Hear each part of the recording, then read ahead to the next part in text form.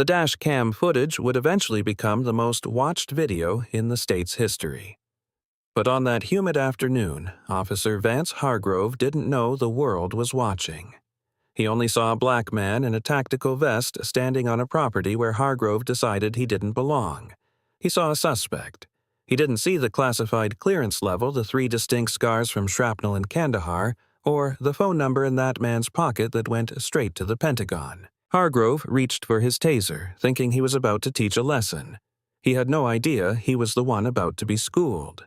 This is the story of how a corrupt department picked a fight with the wrong ghost. The engine of the classic Dodge Charger rumbled like a beast waking from a long slumber. Desmond Des Kane wiped grease from his knuckles with a rag that had seen better days, his eyes scanning the impeccable chrome bumper. Des moved with deliberate, conserved energy. He didn't twitch, and he didn't rush. Every motion was calculated, a lingering habit from his time in special operations, specifically a unit that didn't officially exist on paper until some time ago. He was currently parked in the driveway of 422 Maple Ridge, a sprawling mid-century modern estate in Oak Haven, a suburb that prided itself on manicured lawns, high property taxes, and a neighborhood watch that functioned more like a private surveillance network. Des had closed on the house recently. He hadn't moved the furniture in yet, just his tools and the charger he was restoring. He liked the quiet. He needed the quiet. Across the street, behind sheer lace curtains that smelled of lavender and judgment, Eleanor Voss was watching. She had lived on Maple Ridge for decades, and she knew every car that belonged on the block.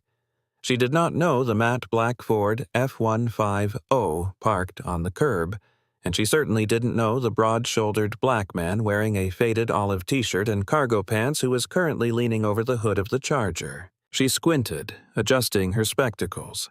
To her, Des didn't look like a homeowner. He looked like trouble. She saw the tattoo on his forearm, a jagged spear, and assumed it was a gang sign. In reality, it was the insignia of the phantom unit he'd led through the Hindu Kush. Eleanor picked up her phone. She didn't dial the non-emergency line. She dialed 911. "There's a man," she whispered, her voice trembling with self-induced adrenaline. "He's stripping a car in the driveway of the old Henderson place. I think he's looting the property. He looks aggressive." Aggressive was doing a lot of heavy lifting.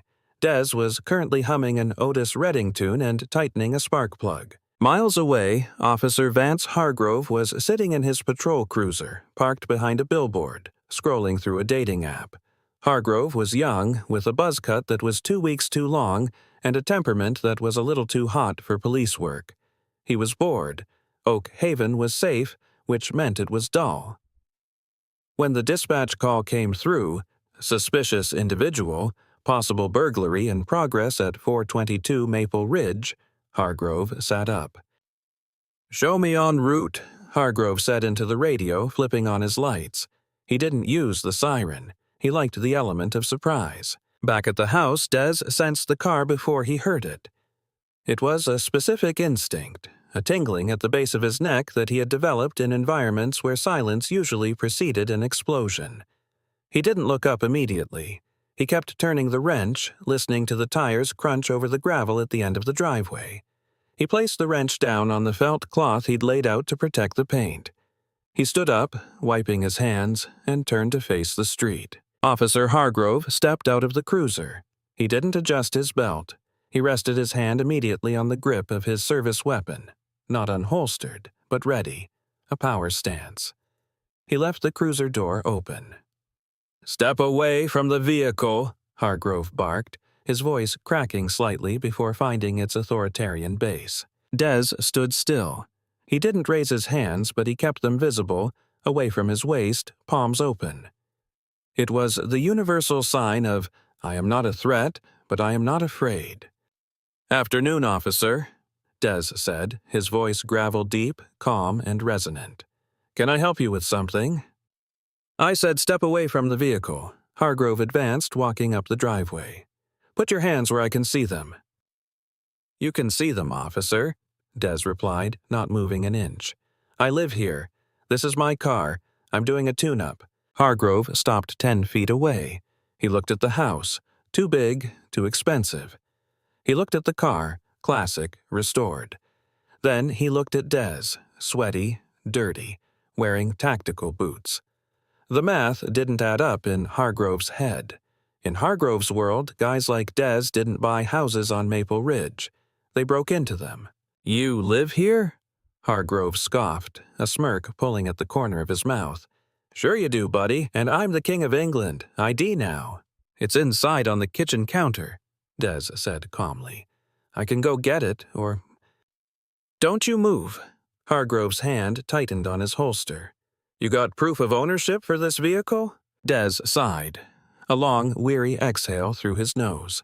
He had been back in the States for some time. He had hoped the badge-heavy attitude was just a story people told on the news. "Officer, my name is Desmond Kane. If you run the plates on the truck or this car, they'll come back to me. If you check the deed to this house, it'll come back to me.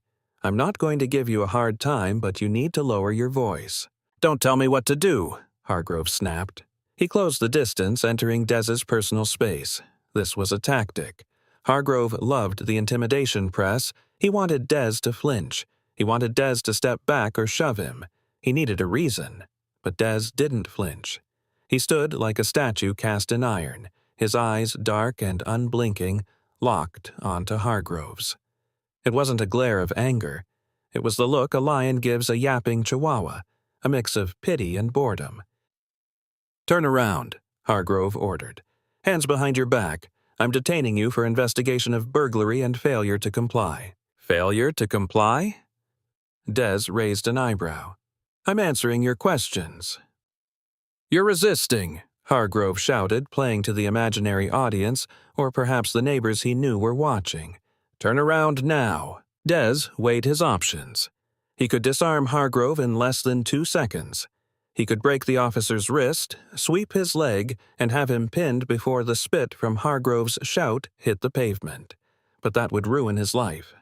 Des had spent decades fighting for a country that was currently trying to put him in handcuffs on his own driveway. He had to play the long game. "All right," Des said softly. "You're making a mistake, officer, a big one." "Shut up," Hargrove said, grabbing Des's wrist and spinning him around. He shoved Des against the pristine quarter panel of the Charger. That was the first mistake. You don't slam a man like Desmond Kane, and you certainly don't scratch his car. The sound of Des's chest hitting the metal was a dull thud, followed by the sharp clink of handcuffs being pulled from a belt. Across the street, Eleanor Voss was peering through her blinds, phone still in hand, whispering to the 911 operator. "He's caught him." The officer caught the burglar. Hargrove was rough. He wasn't just applying the cuffs. He was wrenching Des's arms upward, testing the limits of the shoulder joints. It was a move designed to inflict pain, to force submission. But Des's shoulders were thick with muscle and scar tissue. He barely registered the torque. He simply adjusted his stance, widening his feet slightly to maintain balance, absorbing Hargrove's erratic shoving. "You're tight on the left one," Des stated, his voice devoid of emotion. "Check the spacing." "I said, shut your mouth," Hargrove hissed into Des's ear. He clicked the cuffs shut, ratcheting them down until they bit into the skin. He patted Des down, his hand slapping aggressively against Des's cargo pockets. He pulled out a wallet, a heavy set of keys, and a folded piece of paper. Hargrove threw the items on the trunk of the Charger. He opened the wallet. He saw the driver's license, Desmond T. Kane, 422 Maple Ridge. Hargrove paused for a fraction of a second. The reality of the situation flickered in his mind. The ID matched the house. The suspect lived here. But Hargrove was too deep in the adrenaline now to back down. To admit he was wrong was to admit weakness, and in the toxic culture of the Oak Haven precinct, weakness was worse than incompetence. He had to find something else. He had to justify the stop. He looked at the folded paper. It was a receipt from a hardware store, but underneath it was a small black laminate card. Hargrove squinted at it. It didn't look like a normal ID. It had no state seal, just a series of clearance codes and a holographic chip. "What is this?" Hargrove asked, holding up the card. "Fake ID? You trying to impersonate a Fed?" "Look at the back," Des said calmly. "There's a number. Call it." I'm not calling your buddy to bail you out, Hargrove sneered. He shoved the wallet into his own pocket, a violation of protocol, but Hargrove didn't care. He grabbed Des by the arm and yanked him away from the car. You're coming in. We'll sort out your fake IDs at the station. Officer, Des said, planting his feet. He didn't move. Hargrove tugged, but it was like trying to pull a rooted oak tree. There's a camera on my porch. There's a camera on your dash. You are currently arresting a homeowner on his own property for no crime. If you put me in that car, you end your career. Hargrove's face turned crimson. He unholstered his taser. Get in the car, or I will light you up. You understand me? I will ride the lightning on you right here. Des looked at the taser. He calculated the distance, the spread of the prongs, the voltage. He knew he could take the hit. He'd been tased during SEER training. He'd been electrocuted by faulty wiring in a Baghdad bunker. This was nothing. Do what you have to do, Des said, but make sure your body camera is on. I want the judge to see exactly how you operate. Hargrove hesitated. He glanced down at his chest. The green light was blinking. He hated that light. Get in the car. Hargrove shoved Des toward the cruiser. This time, Des allowed himself to be moved. He had seen the neighbor across the street. He saw another neighbor, a teenager 2 houses down, holding up an iPhone. The audience was assembling. Des ducked his head, a reflex of habit, and slid into the cramped back seat of the cruiser. The hard plastic seat was uncomfortable, smelling of stale vomit and industrial cleaner. Hargrove slammed the door shut, the sound echoing through the quiet neighborhood. As Hargrove stomped around to the driver's seat, Des shifted his weight. His hands were numb, but his mind was racing. He needed to make a call, but his phone was in his front pocket, currently inaccessible. Hargrove got in the front, breathing heavy. He keyed the radio. Dispatch, I have one in custody, uncooperative, transporting to station for processing. Possible forgery and possession of forged government documents. Des closed his eyes and shook his head slightly. Forged government documents. The kid had no idea. The cruiser pulled away, leaving the Charger abandoned in the driveway with the tools still laid out. As they drove, Hargrove kept glancing in the rearview mirror, trying to catch Des looking fearful. He wanted to see the panic setting in. You know, Hargrove said, his eyes meeting Des's in the mirror, we get guys like you all the time. Think you can move into a nice town, flash some cash, and do whatever you want. We check everyone here. Keeps the riffraff out. Is that what I am? Des asked. Riffraff? You don't belong here, Kane. I don't care what the deed says. I know a drug dealer's front when I see one. Des actually laughed. It was a dry, sharp sound. Drug dealer? That's the box you put me in? Where else does a guy like you get the cash for a place like that? Rap music? Basketball? Hargrove smirked. I'm going to tear that truck of yours apart. I guarantee I find something, a roach, an unregistered piece, something.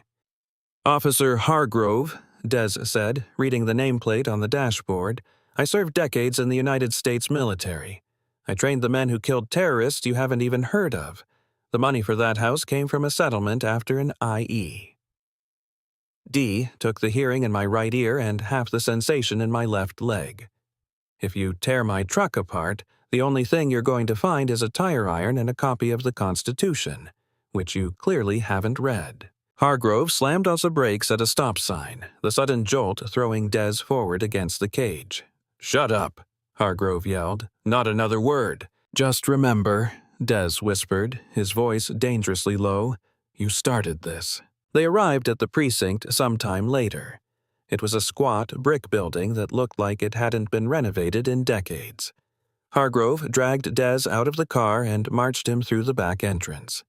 The booking area was busy. A few other officers looked up. What you got, Vance? Asked the desk sergeant, a heavy-set man named Marcus Kowalski. Kowalski was eating a sandwich, crumbs dusting his uniform. Resisting, disorderly, Hargrove bragged. And this. Hargrove tossed the laminated card onto the high desk. Suspect was stripping a car on Maple Ridge, claims he lives there, had this fake Fed ID on him. Kowalski wiped his mouth and picked up the card. He squinted at it. He flipped it over. He looked at the holographic chip. He looked at the series of numbers. Kowalski's chewing slowed. He stopped chewing. He looked up at Des, who was standing calmly by the bench, flanked by Hargrove. Kowalski looked back at the card. He recognized the insignia. It wasn't standard military. It was JSOC, Joint Special Operations Command, and the clearance code, Yankee White Level Access.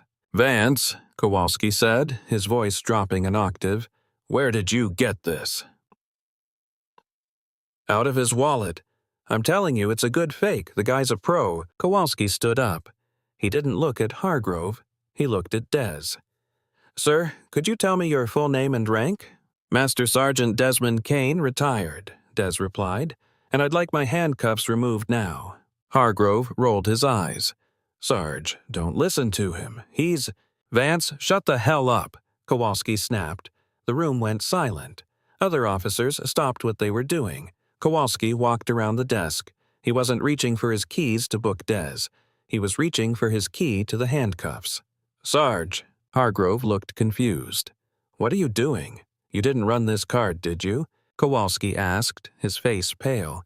"You didn't even look at the numbers. It's fake." "It's not fake, you idiot!" Kowalski yelled, unlocking the cuffs on Dez's wrists. "This is a DoD contractor with top-level clearance. This man isn't a drug dealer, he's a federal asset." The cuffs clicked open. Des rubbed his wrists, looking at Hargrove with cold, dead eyes.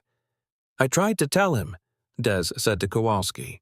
He preferred to talk about rap music and drug fronts. Kowalski closed his eyes, inhaling deeply.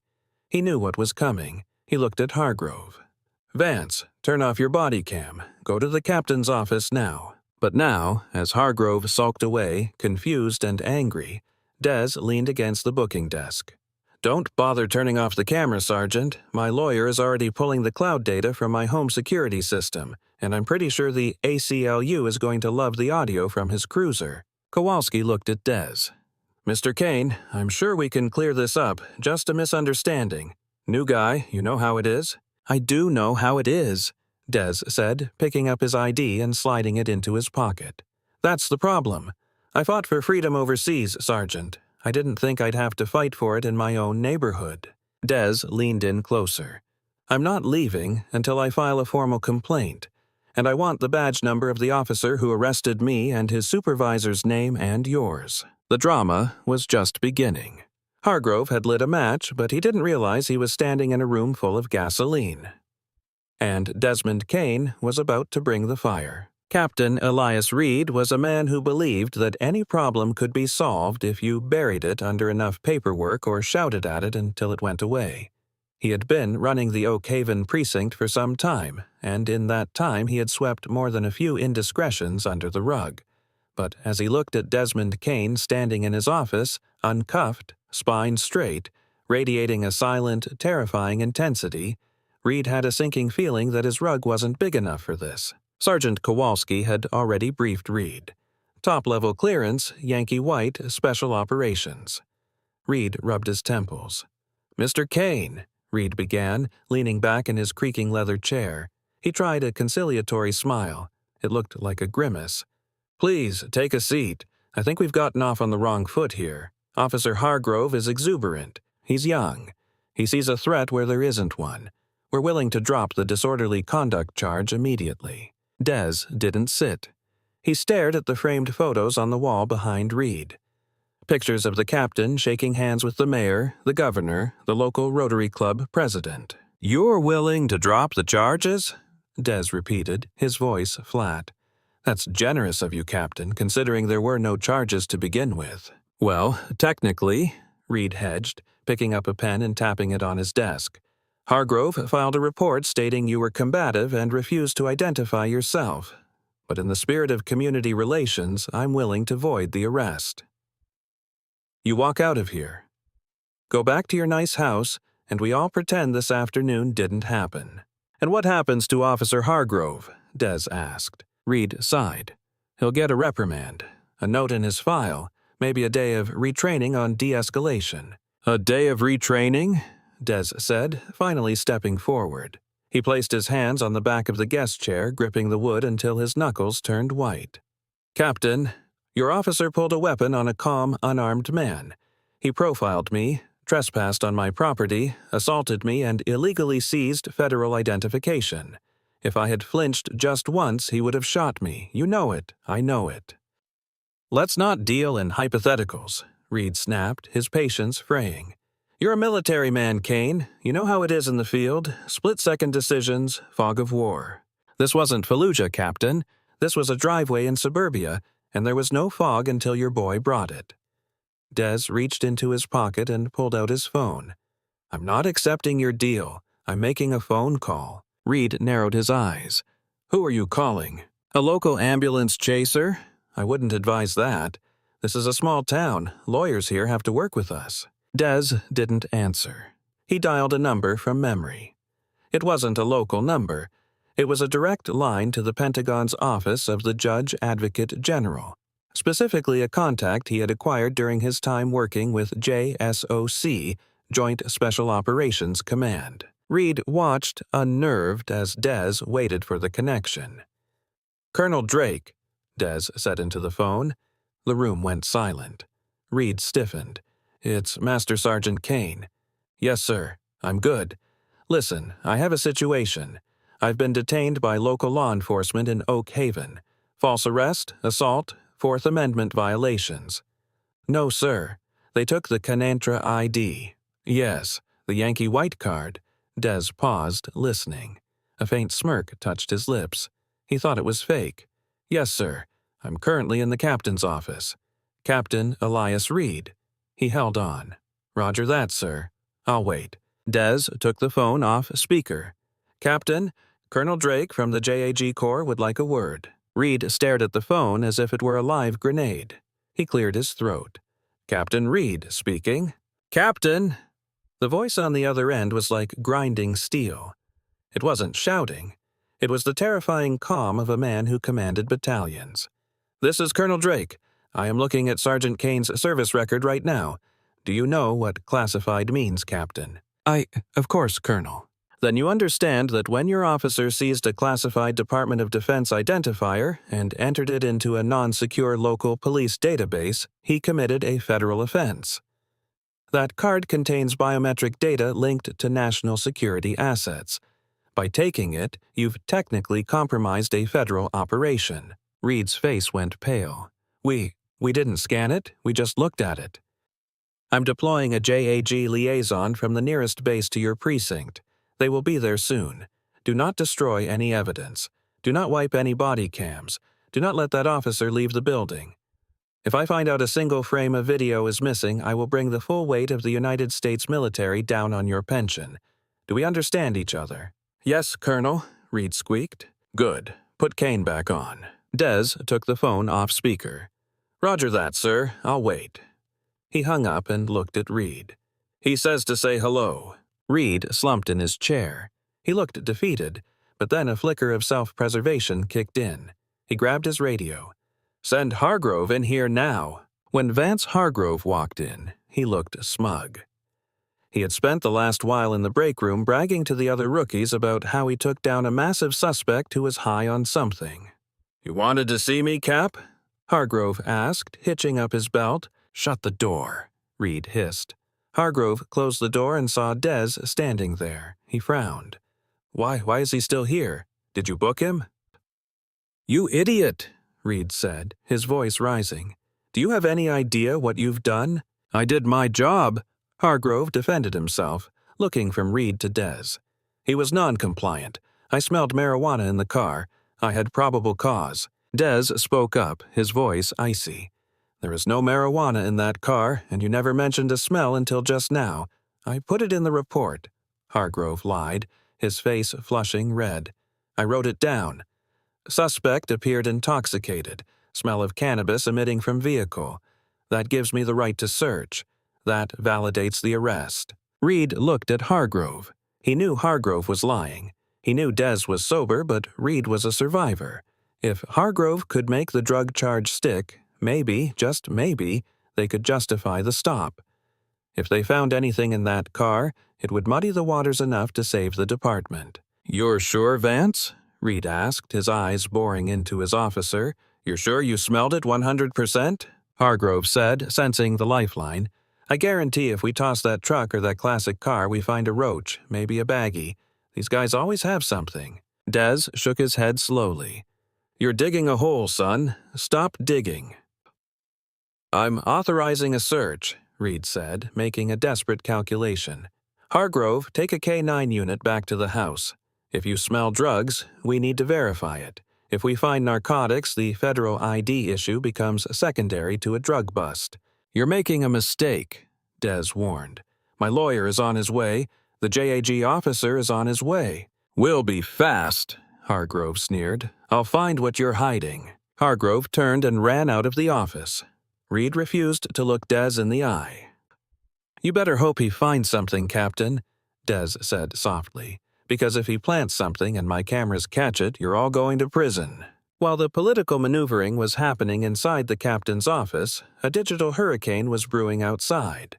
The teenager who lived 2 doors down from Des was named Tyler. Tyler was young, bored, and aspiring to be a social media influencer. He had filmed the entire arrest from his second-story window. The angle was perfect.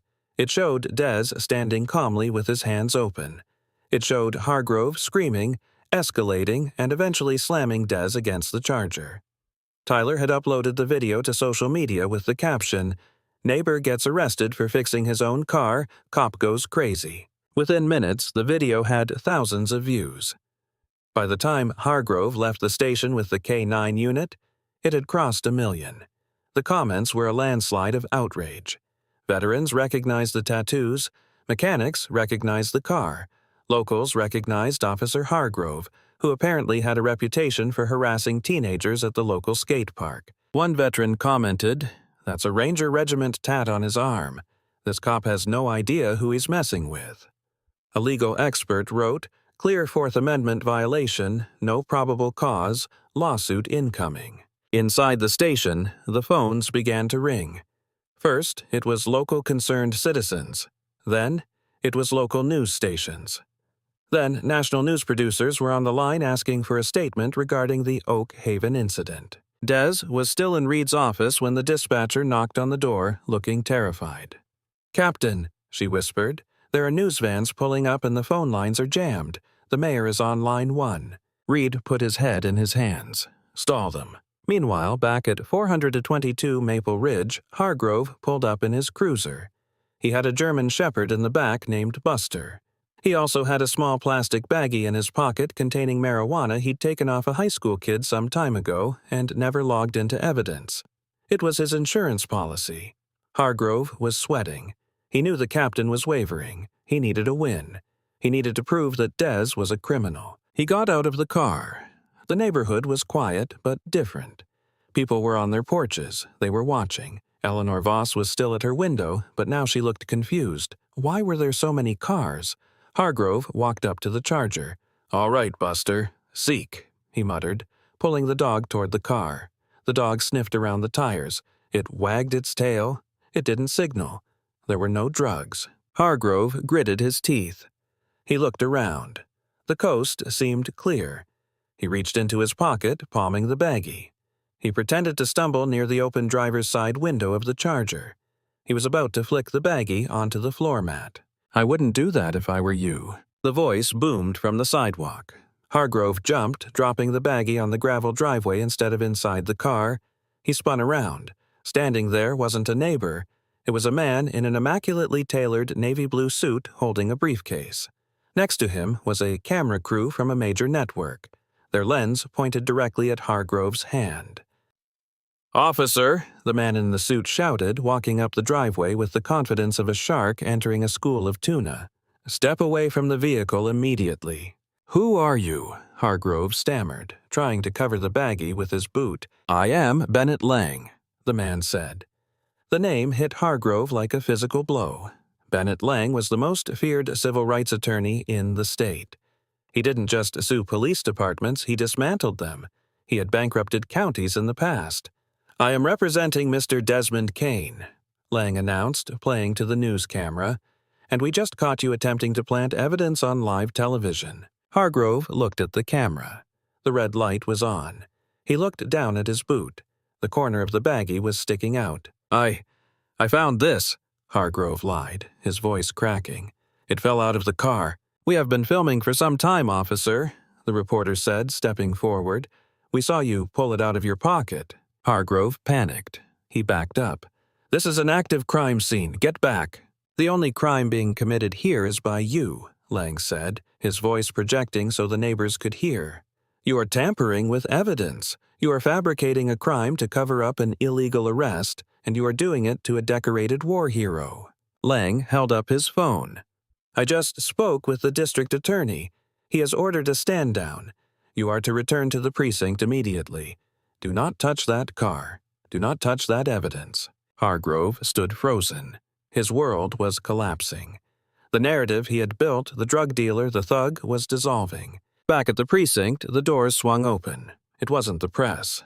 It was two men in dark suits and sunglasses, followed by a man in an Army service uniform with the rank of colonel. Colonel Drake had arrived, and he wasn't alone. The two men in suits flashed badges that said, "Federal Bureau of Investigation, Public Corruption Unit." They walked past the desk sergeant, past the dispatcher, and kicked open the door to Captain Reed's office. Reed jumped up. "Can I help you?" The FBI agent, a woman named Agent Sterling, didn't smile. "Captain Elias Reed, you are being placed under investigation for conspiracy to violate civil rights and falsification of police records. We are seizing your servers, we are seizing your body cam docs, and we are taking custody of Mr. Kane." Dez stood up from the wall where he had been leaning. He straightened his shirt. He looked at Agent Sterling. "Took you long enough."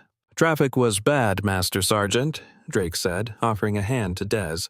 "Good to see you, Dez. You look like hell." "Rough day at the office, sir," Dez replied, shaking the hand. Reed looked around, wide-eyed.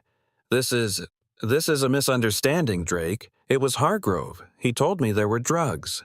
"We'll see what the logs say," Agent Sterling said. "We pulled the cloud data from Mr. Kane's home security system some time ago. We have high-definition video and audio of Officer Hargrove admitting he didn't like the way Mr. Kane looked.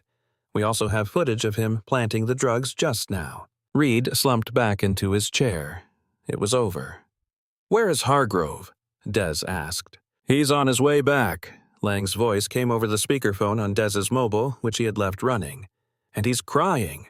The drama was peaking, but the hard karma was just getting warmed up. Hargrove thought he was going to lose his job. He didn't realize he was about to become the face of a national movement and the primary target of a federal indictment. Dez walked out of the office, flanked by the colonel and the FBI agents. He walked through the booking room.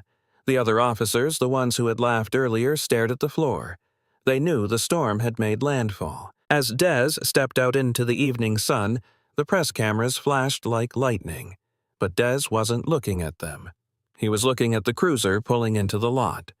Hargrove was coming back, and Dez was going to be waiting for him at the door, not as a suspect, but as the man who was about to end his life as a free man. The parking lot of the Oak Haven Police Department had transformed into a carnival of accountability. Satellite trucks were idling, their masts extended like robotic giraffes. Reporters jockeyed for position near the back entrance, the place where suspects were usually paraded for the cameras. Officer Vance Hargrove steered his cruiser into the lot, his stomach churning like a cement mixer. He saw the circus. He saw the black SUVs with government plates blocking the exit. He saw Bennett Lang giving a soundbite to a reporter. Hargrove gripped the steering wheel until his knuckles ached. He was still clinging to a shred of delusion. "I can fix this," he told himself. "I just need to explain." The baggie fell. It was a mistake. Reed will back me up. The union will back me up. He parked the car. He didn't see Sergeant Kowalski waiting by the back door. He didn't see the two FBI agents standing in the shadows of the awning. Hargrove stepped out. The flashbulbs erupted immediately, a stroboscopic assault that blinded him. "Officer Hargrove, did you plant evidence?" "Officer, are you aware the suspect is a decorated veteran? Why did you turn off your body camera audio?" Hargrove put his head down and pushed through the crowd, shoving a microphone away. "No comment. Back." He reached the heavy steel door, swiping his key card. The light blinked red. "Access denied." He swiped it again. "Access denied." Panic flared in his chest. He pounded on the door. "Open up, it's Hargrove." The door clicked and swung open, but it wasn't a friendly face welcoming him inside. It was Sergeant Kowalski, and Kowalski wasn't smiling. He wasn't eating a sandwich. He was standing with his arms crossed, blocking the threshold. "It's Sarge, let me in. The press is eating me alive out there," Hargrove pleaded, trying to squeeze past. Kowalski didn't move. He put a heavy hand on Hargrove's chest. "You're not coming into the squad room, Vance, not as an officer." "What?" Hargrove laughed nervously. "What is this, a joke?" "Gun," Kowalski said, holding out his hand. "Badge, keys, now." "You can't do this. I have rights. You have the right to remain silent." A female voice cut through the air. Agent Sterling stepped out from behind Kowalski. She held up a badge that gleamed under the harsh security lights. "Vance Hargrove, I am Special Agent Sterling with the FBI. You are under arrest for deprivation of rights under color of law, federal obstruction of justice, and conspiracy to manufacture evidence." Hargrove froze. The world seemed to tilt on its axis. "Federal? This is a local matter. You can't." "When you targeted a Yankee white clearance holder and tampered with a federal investigation, you made it our matter," Sterling said, snapping a pair of handcuffs off her belt. Hargrove looked at Kowalski, desperate for a lifeline. "Sarge, help me. I did this for the department, for the numbers." Kowalski looked at Hargrove with pure disgust. "You did this for yourself. Turn around." Hargrove turned slowly. The click of the handcuffs was louder this time. It sounded final. As Sterling tightened them, the back door fully opened. Desmond Kane stepped out.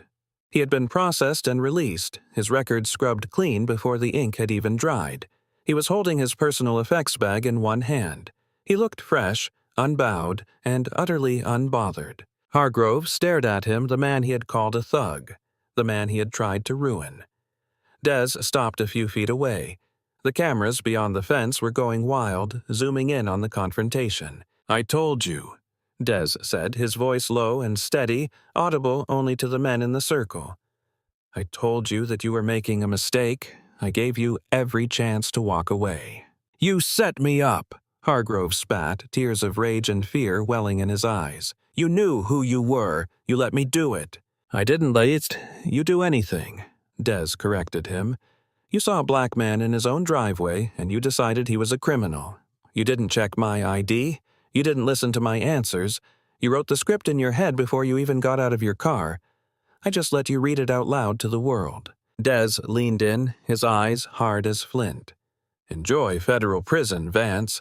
I hear the food is terrible, and there's no union rep to save you in Leavenworth." Agent Sterling grabbed Hargrove's arm.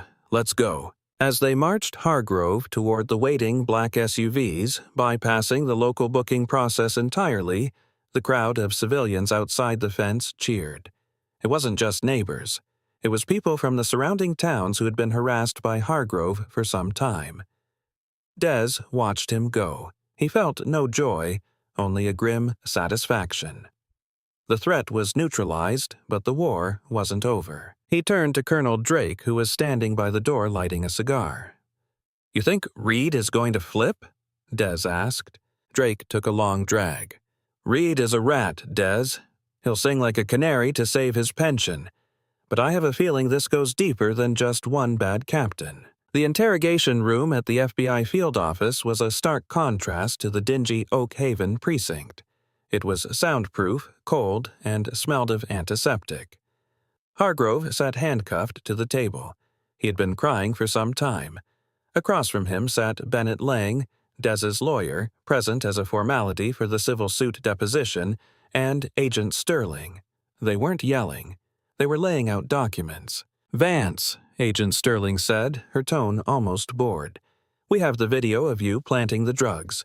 We have the audio of you conspiring with Captain Reed. That's serious time right there.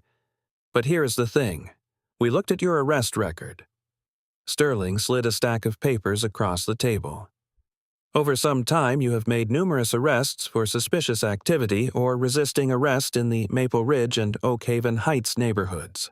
In many of those cases, cash or high-value assets were seized: vehicles, jewelry, electronics. Hargrove stayed silent, staring at the table. "Here's where it gets interesting," Sterling continued. "In many of those cases, the assets were processed through civil asset forfeiture and auctioned off. But the auction records are messy.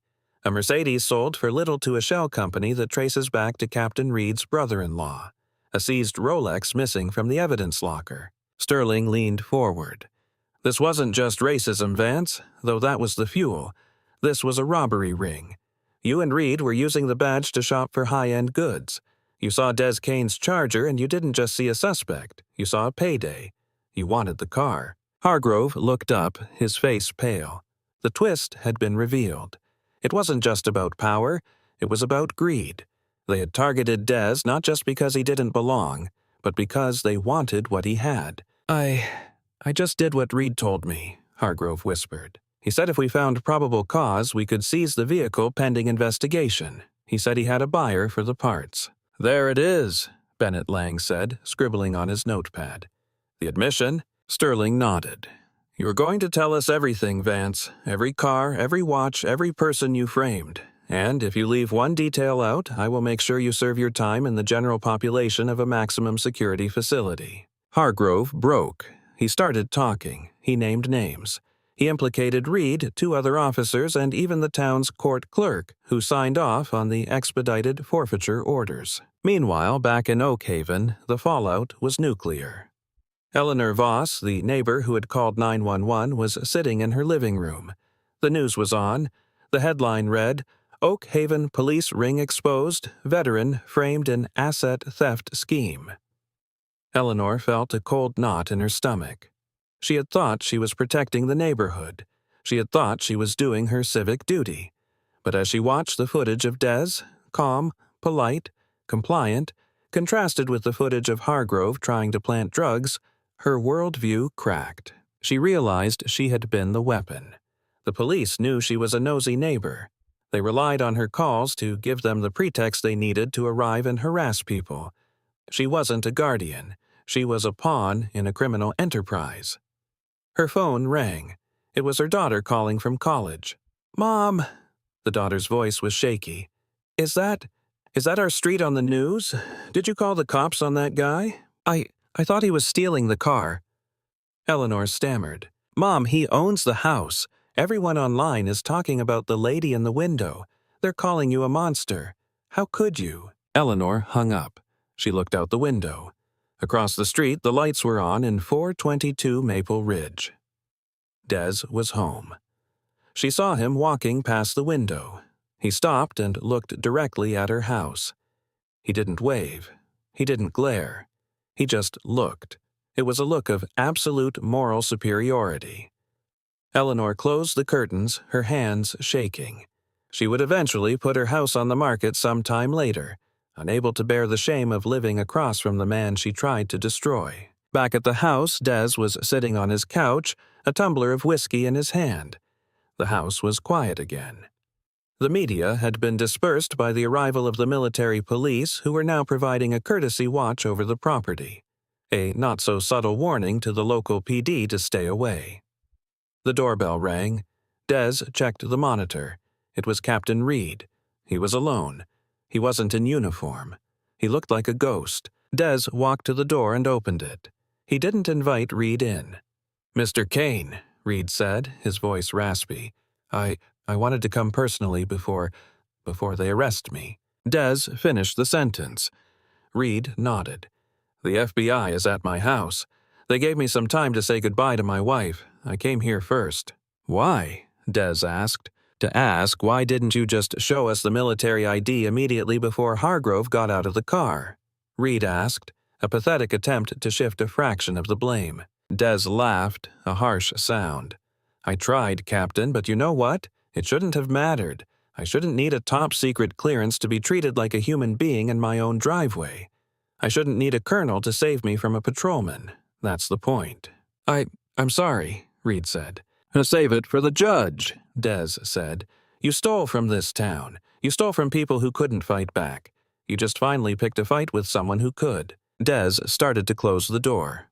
"One more thing," Reed said, desperate. "Hargrove, he's young, he's stupid. Don't let them give him life. Hargrove is a grown man, Des said coldly. He made his choice when he tried to plant those drugs. That wasn't stupidity, Captain. That was malice. Karma is a mirror. It only reflects what you stand in front of it. Des slammed the door. He walked back to the living room. His phone buzzed. It was a text from Bennett Lang. Update. The governor just suspended the entire Oak Haven command staff. The Department of Justice is opening a pattern or practice investigation. Oh, and the city council wants to settle your civil suit before it goes to court. They're offering a substantial amount. Des typed back, not enough. I want the money to go to a legal defense fund for everyone else Hargrove arrested. Every single one. He put the phone down. He looked at the charger in the driveway. It was still unfinished. Tomorrow, Des said to the empty room. I'll finish the tune-up tomorrow. But the story wasn't quite done. There was one final loose end. The real twist was about to hit the news cycle, something that would turn Desmond Kane from a victim into a legend. The story of the Oak Haven incident had already dominated the news cycle for some time, but the final bombshell dropped on a morning. It didn't come from the FBI, and it didn't come from Des's lawyer. It came from the governor's mansion. Governor Catherine Holloway called an emergency press conference. She stood at the podium, flanked by the state police commander, her face grim, but her eyes wet with emotion. Yesterday, I was made aware of the identity of the veteran mistreated by the Oak Haven Police Department. Holloway began, her voice trembling slightly. The public knows him as Master Sergeant Desmond Kane, but to a select few he is known by a different name. She paused, taking a breath. Some time ago, my son, a freelance journalist, was taken hostage by insurgents in the Kunar province. The government said a rescue was impossible. The terrain was too hostile, the intel was too thin, but a JSOC team went in anyway. They hiked through hostile mountains. They engaged a force 3 times their size, and they brought my son home. The reporters began to murmur. Cameras zoomed in. The team leader carried my son the last miles on his back after taking shrapnel to his own leg. Holloway continued, wiping a tear. That team leader was Desmond Kane. He is the reason my son is alive today. He is a hero in the truest sense of the word, and to see him treated with such disrespect, such criminal malice by officers sworn to protect the peace, it is personal to me. The revelation set the internet on fire. Des wasn't just a victim of racial profiling. He was the ghost of Kandahar, a legendary operator whose service record was so redacted it looked like a black barcode. The GoFundMe that had been set up for Des's legal fees, which he had already pledged to the victims of the Oak Haven PD, skyrocketed. It hit a substantial amount in hours. In the county jail, Vance Hargrove watched the broadcast on a small TV in the common area. He sat alone at a metal table. The other inmates, some of whom Hargrove had arrested, were watching him. They knew who he was. They knew he was a dirty cop who had lost his badge. Hargrove put his head in his hands. He realized finally the scale of his arrogance. He hadn't just kicked a hornet's nest, he had kicked a mountain, and the mountain had fallen on him. Some time later, the sentencing hearing was held. Hargrove, Reed, and 2 other officers pleaded guilty to avoid a trial that would have exposed even more corruption. The judge, an iron-faced woman who had no patience for betrayal of the public trust, did not go easy. Officer Hargrove, the judge said, you receive years in federal prison. You are not a police officer. You are a predator who hid behind a shield.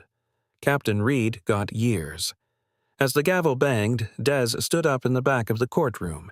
He didn't smile. He didn't cheer. He simply buttoned his suit jacket, nodded to his lawyer, Bennett Lang, and walked out. He drove back to Maple Ridge. The neighborhood was different now. The for sale sign was up in Eleanor Voss's yard. She had moved out some time later, unable to handle the shame. The teenagers who used to be harassed by Hargrove were skating in the street, waving at Des as he passed. Des pulled into his driveway. The Charger was sitting there gleaming in the sun. He got out of his truck, walked over to the classic car, and popped the hood. He picked up the wrench he had been holding the day Hargrove arrived. He placed it on the spark plug. He turned it. Click. Finally, Des whispered. He closed the hood. He wiped his hands. He opened the door and slid into the leather driver's seat. He turned the key. The engine roared to life, a deep, throaty growl that shook the pavement. It was the sound of freedom. It was the sound of a machine that had been broken, stripped down, and rebuilt stronger than before. Des put the car in gear and rolled down the driveway. He didn't look at the empty spot where the police cruiser used to sit. He looked forward down the open road, ready to enjoy the quiet life he had fought so hard to keep. The arrest of Desmond Kane wasn't just a mistake. It was a collision between arrogance and integrity. Officer Hargrove and Captain Reed believed that their badge gave them the right to define who belonged and who didn't. They thought power was about fear, but Des taught them in the world that true power is about control, discipline, and the quiet confidence of knowing exactly who you are. They tried to break a man, but they only succeeded in breaking their own corrupt system. The Oak Haven Department was dismantled. The victims were compensated, and a hero finally got the peace he deserved. Karma doesn't always come instantly, but when it hits hard. If you enjoyed this story of justice served cold, make sure to hit that like button and subscribe to the channel. Turn on notifications so you never miss a story about the underdog fighting back. Share this video if you believe that no one is above the law. Thanks for watching.